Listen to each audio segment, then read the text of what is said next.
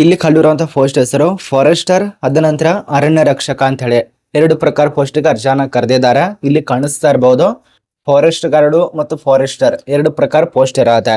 ಇಲ್ಲಿ ನೋಡಿ ಮಹಿಳೆಯರಿಗೆ ಅವಕಾಶ ಇರತ್ತೆ ಮತ್ತು ಪುರುಷರಿಗೆ ಅವಕಾಶ ಇರತ್ತೆ. ನಿಮ್ಗೆ ಯಾವುದೇ ರೀತಿಯಾಗಿ ಗೋಲ್ಡ್ ಫ್ರಾನ್ ತಿಳಿಸ್ಕೊಡ್ತಾ ಇಲ್ಲ, ಅಫಿಸಿಯಲ್ ಇರುವಂತ ನೋಟಿಸ್ ಆಗಿ ಚರ್ಚೆ ಮಾಡ್ತಾ ಇರೋದು. ಇಲ್ಲಿ ನೋಡಿ ಮಹಿಳಾ ಅಭ್ಯರ್ಥಿಗೆ ಪುರುಷ ಅಭ್ಯರ್ಥಿಗೆ ಹೈಟ್ ಎಷ್ಟೆಷ್ಟು ಕೊಟ್ಟಿದ್ದಾರೆ. ಮೊದಲಿಗೆ ನೋಡಿ ಇಲ್ಲಿ ಮೇಲ್ ಅಭ್ಯರ್ಥಿ ಅಂದ್ರೆ ಪುರುಷ ಅಭ್ಯರ್ಥಿಗಳಿಗೆ ಜನರಲ್ ಕ್ಯಾಟಗರಿದವರಿಗೆ ಸಂಬಂಧಪಟ್ಟಂತೆ 163 ಸೆಂಟಿಮೀಟರ್ ಸಾರಿ. ಅದ ನಂತರ ಫಿಮೇಲ್ ಅಭ್ಯರ್ಥಿಗೆ 53 ಸೆಂಟಿಮೀಟರ್ ಜನರಲ್ ಅಭ್ಯರ್ಥಿಗಳಿಗೆ ಸಂಬಂಧಪಟ್ಟಂತೆ. ಅದೇ ರೀತಿಯಾಗಿ ನೀವೇನಾದ್ರೂ SC/ST ವರ್ಗದವ್ರು ಇತ್ತಂದ್ರೆ ST ವರ್ಗಕ್ಕೆ ಸೇರಿತ್ತಂದ್ರೆ ನಿಮಗೆ 53, ಪುರುಷ ಅಭ್ಯರ್ಥಿಗೆ ಮಹಿಳಾ ಅಭ್ಯರ್ಥಿಗೆ 145 ಇದು ಮಾನದಂಡಗಳ ಪ್ರಕಾರ ಅನ್ವವಾಗತ್ತೆ. ಮತ್ತೆ ಇನ್ನೊಂದು ಪ್ರಮುಖವಾದ ಮಾಹಿತಿ ಏನಪ್ಪಾ ಅಂದ್ರೆ ಚೆಸ್ಟ್, ಇದು ಮಹಿಳೆಯರಿಗೆ ಅನ್ವವಾಗೋದಲ್ಲ, ಪುರುಷರಿಗೆ ಅನ್ವವಾಗತ್ತೆ. ಇಲ್ಲಿ ನೋಡಿ ಚೆಸ್ಟ್ ಇರೋದು ನಾರ್ಮಲ್ ಆಗಿ 79 ಸೆಂಟಿಮೀಟರ್, ಅದ ನಂತರ ವಿಸ್ತರಿಸಿದಾಗ 5 ಸೆಂಟಿಮೀಟರ್. ಇದು ಫಾರೆಸ್ಟ್ ಸಂಸ್ಥೆಗೆ ಸಂಬಂಧಪಟ್ಟಂತೆ CSB ಮಾನದಂಡಗಳ ಪ್ರಕಾರ ಇದು 5 ಸೆಂಟಿಮೀಟರ್ ಅಥವಾ 6 ಸೆಂಟಿಮೀಟರ್ ವಿಸ್ತರಣೆ ಆಗಬೇಕು. ಟೋಟಲ್ ಆಗಿ 84 ಕೊಟ್ಟಿದ್ದಾರೆ. ಬಟ್ ನನ್ನ ಒಂದು ಹೇಳಿಕೆ ಪ್ರಕಾರ 85-86 ಸೆಂಟಿಮೀಟರ್ ಇರಲೇಬೇಕಾಗತ್ತೆ. ದಿನಾಲು ಡಿಪ್ಸ್ ತೆಗಿತು ಬರ್ರಿ, 100 ಮರುದಿನ ಸ್ವಲ್ಪ ಗ್ಯಾಪ್ ಕೊಡಿ, ಅದ ನಂತರ 200 ಈ ರೀತಿ ತೆಗೀರಿ, ದಿನಕ್ಕೆ 100 ತೆಗೀರಿ. ಬಟ್ ಒಂದಿನ ಗ್ಯಾಪ್ ಬೇಕಾಗತ್ತೆ, ಅಂದ್ರೆ ರಿಕವರಿ ಆಗ್ಬೇಕಲ್ಲ. ಮತ್ತೆ ಅದನ್ನ ರಿಕವರಿ ಆಗ್ಲಿಲ್ಲ ಅಂದ್ರೆ ಮತ್ತೆ ನುಸೋದಕ್ಕೆ ಸ್ಟಾರ್ಟ್ ಆಗತ್ತೆ. ಇದು ಪುರುಷರಿಗೆ ಹೇಳ್ತಾ ಇರೋದು. ಒಂದ್ ದಿನಕ್ಕೆ 100 ಡಿಪ್ಸ್ 150 ಡಿಪ್ಸ್ ಅನ್ನ ತೆಗೆದ್ರೆ ತಾನೇ ನಿಮಗೆ ಈ ಒಂದು ಚೆಸ್ಟ್ ಇರಲಿಲ್ಲ ಅಂದ್ರೆ ಇದು ನಿಮ್ಮ ಪೊಲೀಸ್ ಇಲಾಖೆಯಲ್ಲಿ ಆಗ್ಬೋದು, ಫಾರೆಸ್ಟ್ ಇಲಾಖೆಯಲ್ಲಿ ಆಗ್ಬೋದು, ಅಥವಾ ವಿವಿಧ ಆರ್ಮಿಯಲ್ಲಿ ಆಗ್ಬೋದು ಸೆಲೆಕ್ಟ್ ಆಗುವಂತ ಚಾನ್ಸಸ್ ಇರತ್ತೆ. ಆದ ಕಾರಣ ಹೇಳ್ತಾ ಇರೋದು.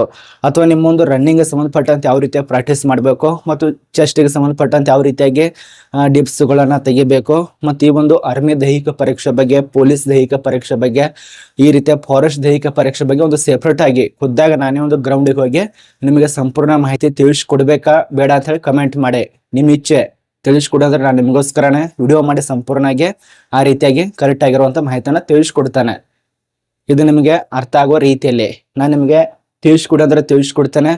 ನೀವು ವಿಡಿಯೋ ಮಾಡ್ತೀನಿ ಬಟ್ ನೋಡ್ಲಿಲ್ಲ ಅಂದ್ರೆ ಏನ್ ಮಾಡೋದು? ಆದ ಕಾರಣ ನಿಮ್ಮ ಒಂದು ಇಚ್ಛೆನ ತಿಳ್ಕೊಬೇಕಾಗತ್ತೆ. ಕಮೆಂಟ್ ಮಾಡಿ. ಬನ್ನಿ ಇದ್ರ ಬಗ್ಗೆನೇ ಚರ್ಚೆ ಮಾಡೋಣ. ನೋಟಿಸ್ ಆಗಿರುವಂತ ಡೇಟಾ ಇಲ್ಲಿ ಕಾಣಿಸ್ತಾ ಇರಬಹುದು. ಆಫೀಸಲ್ಲಿ ಇರುವಂತ ನೋಟಿಸ್ ಪ್ರಕಟ ಆಗಿರುವಂತ ಡೇಟು 20 ಫೆಬ್ರವರಿ 2026 ಕಾಣಿಸ್ತಾ ಇರಬಹುದು. ನೋಟಿಸ್ ಆಗಿರೋದು 20 ಫೆಬ್ರವರಿ 2026. ಇದ್ರ ಬಗ್ಗೆನೇ ಚರ್ಚೆ ಮಾಡೋಣ. ಫಾರೆಸ್ಟರು, ಫಾರೆಸ್ಟ್ ಗಾರ್ಡು, ಯಾವ ಸಂಸ್ಥೆ, ಎಷ್ಟು ಹುದ್ದೆಗಳು, ಏನೆಲ್ಲ ನೇಮಕಾತಿ, ಪ್ರತಿಯೊಂದು ಮಾಹಿತಿ ವಿಡಿಯೋ ಕೊನೆತನಕ ನೋಡಿ ಅಷ್ಟೇ. ಇಲ್ಲಿ ಯಾವುದೇ ಡಿಗ್ರಿ ಪಾಸ್ ಆದವರಿಗೆ, ಸೆಕೆಂಡ್ PUC ಪಾಸ್ ಆದವರಿಗೆ ಅವಕಾಶ ಇರತ್ತೆ. ಯಾರು ಇನ್ನೂ ತನ ಸಬ್ಸ್ಕ್ರೈಬ್ ಆಗಿಲ್ಲ, ಫಾಲೋ ಮಾಡ್ಕೊಂಡಲ್ಲ ಫಾಲೋ ಮಾಡ್ಕೊಳ್ಳಿ. ಬನ್ನಿ ಒಂದೊಂದು ಚರ್ಚೆ ಮಾಡೋಣ. 2026ರಲ್ಲಿ ನೇಮಕಾತಿ ಆಗ್ತಾ ಇದೆ. ಮತ್ತು ತುಂಬಾ ಜನ ಅನ್ಕೊಂಡಿರ್ಬೋದು ಕರ್ನಾಟಕದಲ್ಲಿ ನಾವು ಅರ್ಜಿ ಸಲ್ಲಿಸಿದ್ರೆ ಒಳ್ಳೇದು ಅಂತ ಹೇಳಿ. ಕರ್ನಾಟಕದಲ್ಲಿ ಕರೆಯೋದು ಇನ್ನೂ ತುಂಬಾ ಡೌಟು. ಆದ ಕಾರಣ ಈ ಒಂದು ಫಾರೆಸ್ಟ್, ಅದ ನಂತರ ಫಾರೆಸ್ಟ್ ಗಾರ್ಡ್ ಬೇರೆ ರಾಜ್ಯ, ನಮ್ಮ ಒಂದು ಭಾರತದಲ್ಲಿ ಖಾಲಿ ಇರತ್ತೆ. ಇಲ್ಲಿ ನೋಡಿ ಈ ಒಂದು ಪೋಸ್ಟ್ ಫಾರೆಸ್ಟರ್ 47 ಪೋಸ್ಟ್ ಇರತ್ತೆ. ಫಾರೆಸ್ಟ್ ಗಾರ್ಡ್ ಅಂತ ಹೇಳಿ 110 ಪೋಸ್ಟ್. ಇವುಗಳಲ್ಲಿ FAB 2ದಲ್ಲಿ ವೇತನ ಸಿಗತ್ತೆ 14,000ದಿಂದ 49,000. ಅದರಲ್ಲಿ GP ಪ್ಲಸ್ ಆಗತ್ತೆ 6,200 ರೂಪಾಯಿ. ಅದ ನಂತರ ಫಾರೆಸ್ಟ್ ಗಾರ್ಡ್ ಹುದ್ದೆಗೆ 14,000ದಿಂದ 49. ಇಲ್ಲಿ GP ಸ್ವಲ್ಪ ಕಡಿಮೆ ಇರತ್ತೆ 5,600 ಈ ರೀತಿಯಾಗಿ ಕೊಡ್ತಾರೆ.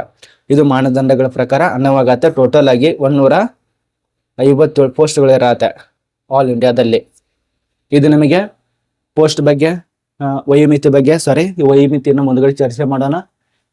ಏಜ್ ಲಿಮಿಟ್ ಬಗ್ಗೆ ಇದೇ ಬರ್ತಾ ಇದೆ. ಇದು ಸ್ಯಾಲರಿ ಬಗ್ಗೆ ಮತ್ತೆ ನಿಮ್ಮ ಒಂದು ಎಜುಕೇಶನ್ ಸಂಬಂಧಪಟ್ಟಂತೆ ಮಾಹಿತಿ ನೋಡಿ ಏನಾಗಿರ್ಬೇಕು.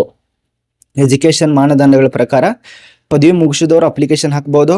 ಅದೇ ರೀತಿಯಾಗಿ ಫಾರೆಸ್ಟ್ ಗಾರ್ಡ್ ಇದೆಯಲ್ಲ ಆ ಒಂದು ಪೋಸ್ಟ್ಗೆ ಯಾವುದೇ ವಿಭಾಗದಲ್ಲಿ ಪದವಿ ಆಗಿರಬೇಕು. ಫಾರೆಸ್ಟ್ ಗಾರ್ಡ್ ಅಲ್ಲ ಫಾರೆಸ್ಟರ್ ಹುದ್ದೆಗೆ, ಅರಣ್ಯ ರಕ್ಷಕ ಹುದ್ದೆಗೆ ಕನಿಷ್ಠವಾಗಿ ಸೆಕೆಂಡ್ PUC ಆಗಿರಬೇಕು ಅಥವಾ ತತ್ಸಮಾನ. ಇದು ಕೊಟ್ಟಿದ್ದಾರೆ ಮಾನದಂಡಗಳ ಪ್ರಕಾರ. ಬೇಕಾದ್ರೆ ಖುದ್ದಾಗಿ ನೀವೇ ನೋಡಿ.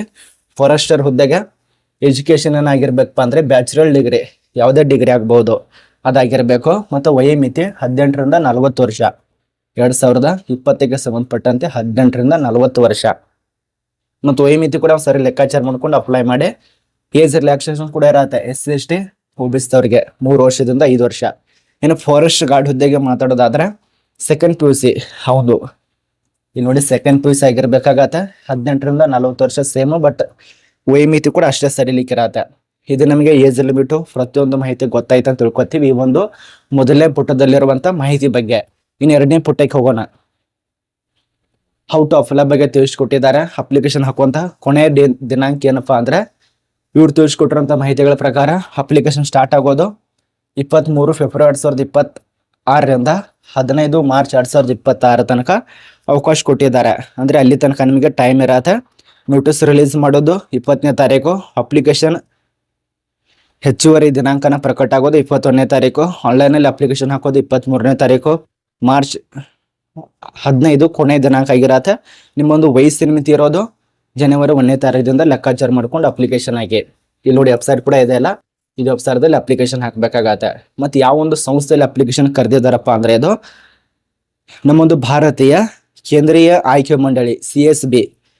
ಈ ಒಂದು CSB ಅದ ನಂತರ ಬೋಡೋಲ್ಯಾಂಡ್ ಪ್ರಾದೇಶಿಕ ಮಂಡಳಿ BTC, ಬೋಡೋಲ್ಯಾಂಡ್ ಪ್ರಾದೇಶಿಕ ಮಂಡಳಿ BTC, ಅದ ನಂತರ ಕೇಂದ್ರೀಯ ಆಯ್ಕೆ ಮಂಡಳಿ.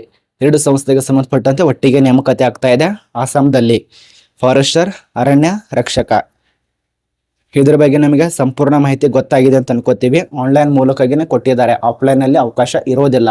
ಮತ್ತೆ ಇಮೇಲ್ ಮೂಲಕ ಕೇಳಬಹುದು, ಇಮೇಲ್ದಲ್ಲಿ ಕೂಡ ಅವಕಾಶ ಇರೋದಿಲ್ಲ. ಫಾರೆಸ್ಟ್ ಗಾರ್ಡ್ ಹುದ್ದೆಗೆ, ಫಾರೆಸ್ಟರ್ ಹುದ್ದೆಗೆ ಇದು ಸಂಪೂರ್ಣವಾಗಿ ಕೆಲಸದ ಪ್ರಕಾರ ಪೂರ್ಣ ಸಮಯದ ಕೆಲಸ ಆಗಿರತ್ತೆ. ಹೌದು, ಗೌರ್ಮೆಂಟ್ ಇರೋದ್ರಿಂದ ಪೂರ್ಣ ಸಮಯದ ಕೆಲಸ ಆಗಿರತ್ತೆ. ಇದ್ರ ಬಗ್ಗೆ ಇನ್ನಷ್ಟು ಹೆಚ್ಚಿನ ಮಾಹಿತಿಯನ್ನು ಚರ್ಚೆ ಮಾಡ್ಕೊಳ್ಳಿ. ಇನ್ನು ಶುಲ್ಕದ ಬಗ್ಗೆ ಮಾಹಿತಿ, ಉಳಿದಂತ ಎಲ್ಲ ಮಾಹಿತಿ ಬಗ್ಗೆ ಒಂದೊಂದೇ ಚರ್ಚೆ ಮಾಡೋಣ. ಇದರಲ್ಲಿ ಕೊಟ್ಟಿರ್ತಾರೆ ಬಟ್ ನಿಮ್ಗೆ ಗೊತ್ತಾಗಲ್ಲ ಫಾರೆಸ್ಟರ್ ಹುದ್ದೆ ಯಾವ ರೀತಿಯಾಗಿ ಎಕ್ಸಾಮ್ ಇರತ್ತೆ, ಸಿಲೆಬಸ್ ಇರತ್ತೆ, ಅದು ಕೊಟ್ಟಿದ್ದಾರೆ. ಸ್ವಲ್ಪ ನೋಡ್ಕೊಳ್ಳಿ. ನಾನು ನಿಮಗೆ ಆಮೇಲೆ ಫಿಟ್ನೆಸ್ ಬಗ್ಗೆ ಸ್ವಲ್ಪ ಚರ್ಚೆ ಮಾಡೋಣ.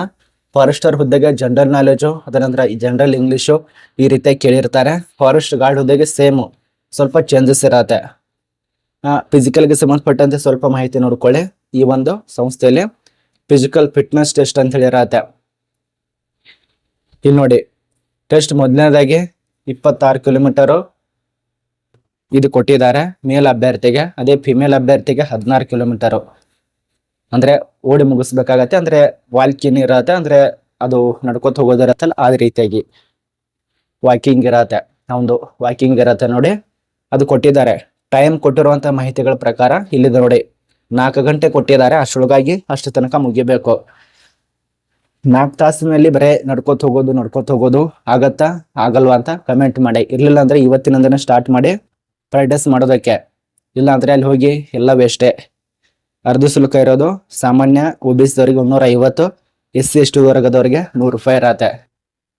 ಇದು ನಮಗೆ ದೈಹಿಕ ಪರೀಕ್ಷೆ ಬಗ್ಗೆ, ಫಿಟ್ನೆಸ್ ಬಗ್ಗೆ ಗೊತ್ತಾಯ್ತು. ಏನು ಮೆಡಿಕಲ್ದಲ್ಲಿ ನಿಮಗೆ ಏನೇನ್ ಚೆಕ್ ಮಾಡ್ತಾರಪ್ಪ ಅಂದ್ರೆ ಫಾರೆಸ್ಟರ್ ಮತ್ತು ಫಾರೆಸ್ಟ್ ಗಾರ್ಡ್ ಹುದ್ದೆಗೆ ಕಣ್ಣುಗಳನ್ನ ಚೆಕ್ ಮಾಡ್ತಾರೆ, ಕಣ್ಣುಗಳನ್ನ ಟೆಸ್ಟ್ ಮಾಡ್ತಾರೆ. ಎಷ್ಟು ದೂರದಿಂದ ನಮಗೆ ಏನೋ ಕಾಣಿಸುತ್ತೆ, ಸಣ್ಣ ಅಕ್ಷರ ಇಡ್ತಾರೆ, ಅದನ್ನು ಕೂಡ ಚೆಕ್ ಮಾಡ್ತಾರೆ. ಮತ್ತು ಪ್ರತಿಯೊಂದು ನಿಮ್ಮ ಕಣ್ಣು ಪರೀಕ್ಷೆಗಳಾಗತ್ತೆ, ಮೂಗು ಪರೀಕ್ಷೆ ಆಗತ್ತೆ, ಮತ್ತು ಕಿವಿಗಳ ಪರೀಕ್ಷೆ ಆಗ್ಬೋದು, ಬಾಯನ್ನ ಪರೀಕ್ಷೆ ಆಗ್ಬೋದು. ಹೌದು, ಬಾಯಿ ಕೂಡ ಈ ರೀತಿಯ ಬಟನ್ ಇಡ್ಸಕ್ ಹಚ್ತಾರೆ. 3 ಬಟ್ಟು 4 ಬಟನ್ ಚೆಕ್ ಮಾಡ್ತಾರೆ. ಅದನ್ನ ಅರ್ಥ ಮಾಡ್ಕೊಳ್ಳಿ. ಕೆಲವು ಜನ ಗುಟ್ಗ ತಿನ್ನೋರು, ಅವ್ರ ಬಟನ್ ನೋಡಿ ಬರೀ 2 ಹೋಗತ್ತೆ. ಹಂಗೆಲ್ಲ ಪೂರ್ತಿಯಾಗಿ ಚೆಕ್ ಮಾಡ್ತಾರೆ, ಪ್ರತಿಯೊಂದು ಚೆಕ್ ಮಾಡ್ತಾರೆ. ಕರೆಕ್ಟ್ ಇದ್ರೆ ಮಾತ್ರ ಅವರು ನಿಮ್ಮನ್ನ ಆಯ್ಕೆ ಮಾಡ್ತಾರೆ. ಒಂದೊಂದು ಪಾಯಿಂಟ್ ನಲ್ಲಿ ಕೂಡ ತೆಗಿಬಹುದು ನಿಮ್ಮನ್ನ. ಆದ ಕಾರಣ ಏನು ಕೂಡ ತಿನ್ನಕ್ ಹೋಗ್ಬೇಡಿ. ಈ ರೀತಿಯಾಗಿ ಎಲ್ಲ ಪೂರ್ತಿಯಾಗಿ ಇದೆಲ್ಲ ಚಟ್ಟದು, ಅದು ಪೂರ್ತಿ ಹೊಲಸು. ಅದು ತಿಂದ್ರೆ ಆರೋಗ್ಯಕ್ಕೆ ಹಾಳಾಗತ್ತೆ, ಮನೆಯಿಂದ ಕೂಡ ಬೇಯಿಸ್ಕೊಳ್ಳೋದು, ಅಮೌಂಟ್ ಕೂಡ ಹಂಗ ಹೋಗತ್ತೆ. ಮತ್ತು ಒಂದು ಸರಿ ಆರೋಗ್ಯ ತಪ್ಪರೆ ಕೈಯಲ್ಲೇ ಬರಲ್ಲ, ಮಶಾನಕ್ಕೆ ಹೋಗುವಂತ ಸಮಯ ಬರ್ಬೋದು. ಆದ ಕಾರಣ ಯಾರು ಕೂಡ ಏನು ತಿನ್ನಕ್ ಹೋಗ್ಬೇಡಿ. ಈ ಒಂದು ಜಾಬ್ ಅನ್ನ ತೆಗೆದುಕೊಳ್ಳಿ. ಆಮೇಲೆ ಹೆಂಗ್ ಬೇಕಾದ್ರೆ ಏನ್ ಬೇಕಾದ್ರೆ ಮಾಡ್ಕೋಬಹುದು. ನೋಡಿ, ಏನೆಲ್ಲ ರೂಲ್ಸ್ ಕೊಟ್ಟಿದ್ದಾರೆ ಅದ್ರ ಬಗ್ಗೆ ಸ್ವಲ್ಪ ನೋಡ್ಕೊಳ್ಳಿ. ಅದೇ ರೀತಿಯಾಗಿ ನಿಮ್ಮ ಒಂದು ನೋಟಿಸ್ ಬಗ್ಗೆ ಮಾಹಿತಿ ಆಗಿರತ್ತೆ.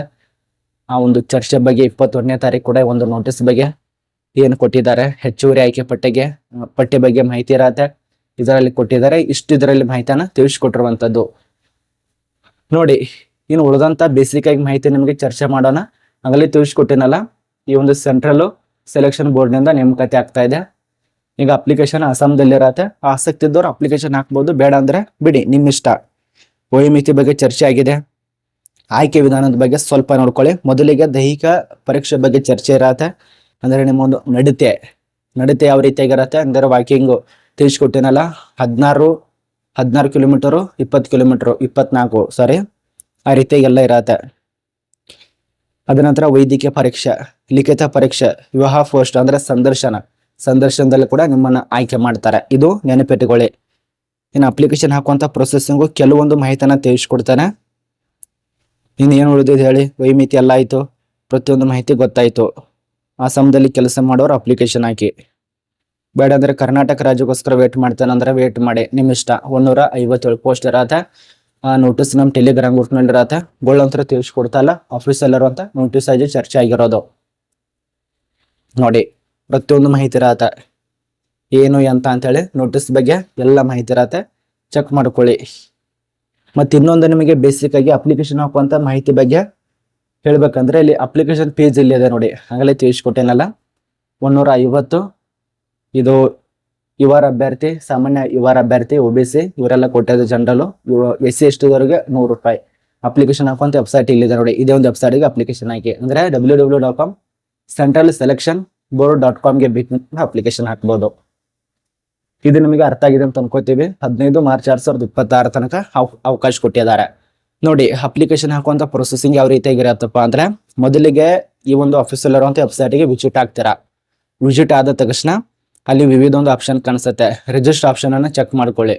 ರಿಜಿಸ್ಟರ್ ಆಪ್ಷನ್ ಅಥವಾ ಲಾಗಿನ್ ಆಪ್ಷನ್ ಚೆಕ್ ಮಾಡ್ಕೊಳ್ಳಿ. ಲಾಗಿನ್ ಆಪ್ಷನ್ ಎಲ್ಲ ಇತ್ತಂದ್ರೆ ಅದ್ರ ಕೆಳಗಡೆ ರಿಜಿಸ್ಟರ್ ಇರುತ್ತೆ, ಅದರ ರಿಜಿಸ್ಟರ್ ಮಾಡ್ಕೊಳ್ಳಿ. ಇಮೇಲ್ ID ಗಳನ್ನ ಹಾಕೊಂಡು, ಮೊಬೈಲ್ ಸಂಖ್ಯೆಗಳನ್ನ ಹಾಕೊಂಡು, ಆಧಾರ್ ಕಾರ್ಡ್ ಅನ್ನ ಹಾಕೊಂಡು ರಿಜಿಸ್ಟರ್ ಮಾಡ್ಕೊಳ್ಳಿ. ಅದ ನಂತರ ಒಂದು ID ಬರತ್ತೆ, ರಿಜಿಸ್ಟರ್ ID ಅಥವಾ ನಿಮ್ಮೊಂದು ಪಾಸ್ವರ್ಡ್ ಕೇಳುತ್ತೆ, ಅದನ್ನ ಹಾಕೊಳ್ಳಿ.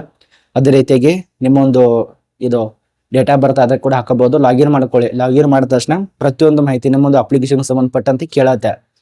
ಅಂದ್ರೆ ಮೊದಲನೇ ಸ್ಟೆಪ್, ಎರಡನೇ ಸ್ಟೆಪ್, 3, 4 ಈ ರೀತಿಯಾಗಿ ಇರತ್ತೆ. ಕೊನೆ ಸ್ಟೆಪ್ ದಲ್ಲಿ ಡಾಕ್ಯುಮೆಂಟ್ಸ್ ನಿಮ್ಮೊಂದು ಅಪ್ಲಿಕೇಶನ್ ಪೇಜ್ ಅನ್ನ ಹಾಕ್ಬೇಕಾಗತ್ತೆ. ಆ ಎಲ್ಲ ಸ್ಟೆಪ್ ಅನ್ನ ಪೂರ್ತಿ ಮಾಡಿ ಕೊನೆಯಲ್ಲಿ ಈ ಅಪ್ಲಿಕೇಶನ್ ಪೇಜ್ ಮತ್ತು ನಿಮ್ಮೊಂದು ಡಾಕ್ಯುಮೆಂಟ್ಸ್ ಅನ್ನು ಸರಿಯಾಗಿರುವಂತ ಡಾಕ್ಯುಮೆಂಟ್ಸ್ ಅನ್ನ ಅಪ್ಲೋಡ್ ಮಾಡಿ. ತಪ್ಪಿದ್ರೆ ನಿಮ್ಮೊಂದು ಡಾಕ್ಯುಮೆಂಟ್ಸ್ ರದ್ದಾಗುವಂತ ಚಾನ್ಸಸ್ ಇರತ್ತೆ. ಎಲ್ಲ ಡಾಕ್ಯುಮೆಂಟ್ಸ್ ಆದ ತಕ್ಷಣ ಪ್ರಿಂಟ್ ಅನ್ನು ತೆಗೆದುಕೊಳ್ಳಿ. ಒಂದು ಪ್ರಿಂಟ್ ಇರ್ಲಿಲ್ಲಪ್ಪ ಅಂದ್ರೆ ನಿಮಗೆ ಮುಂದ್ಗಡೆ ತೊಂದರೆ ಆಗ್ಬೋದು. ಆದ ಕಾರಣ ಪ್ರಿಂಟ್ ಅನ್ನ ತೆಗೆದುಕೊಳ್ಳಿ.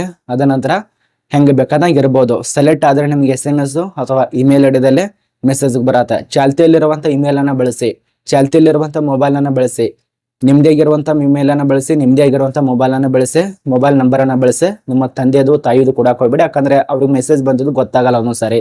ಆದ ಕಾರಣ ಅವರು ಬಿಜಿ ಇರ್ತಾರೆ ಕೆಲಸದಲ್ಲಿ, ಮತ್ತೊಂದು ಇನ್ನೊಂದು.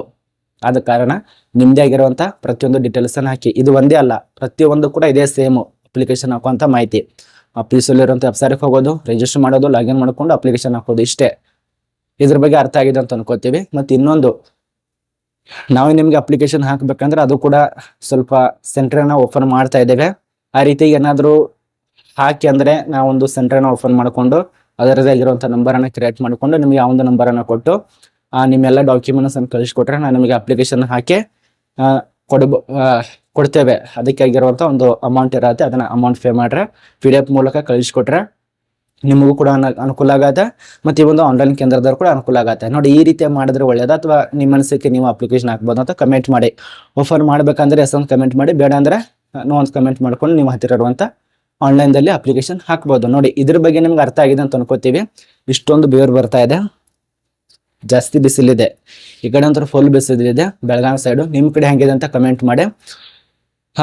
ಈ ಒಂದು ಅಸ್ಸಾಂ, ಈ ಒಂದು ಯಾವ ಬೋರ್ಡ್ ಇದು, ಸೆಂಟ್ರಲ್ ಸೆಲೆಕ್ಷನ್ ಬೋರ್ಡ್. ಅಪ್ಲಿಕೇಶನ್ ಹಾಕೋರು ಅಪ್ಲಿಕೇಶನ್ ಹಾಕಿ. ಏನಾದ್ರು ಕನ್ಫ್ಯೂಸ್ ಇದ್ರು ಕಮೆಂಟ್ ಮಾಡಿ.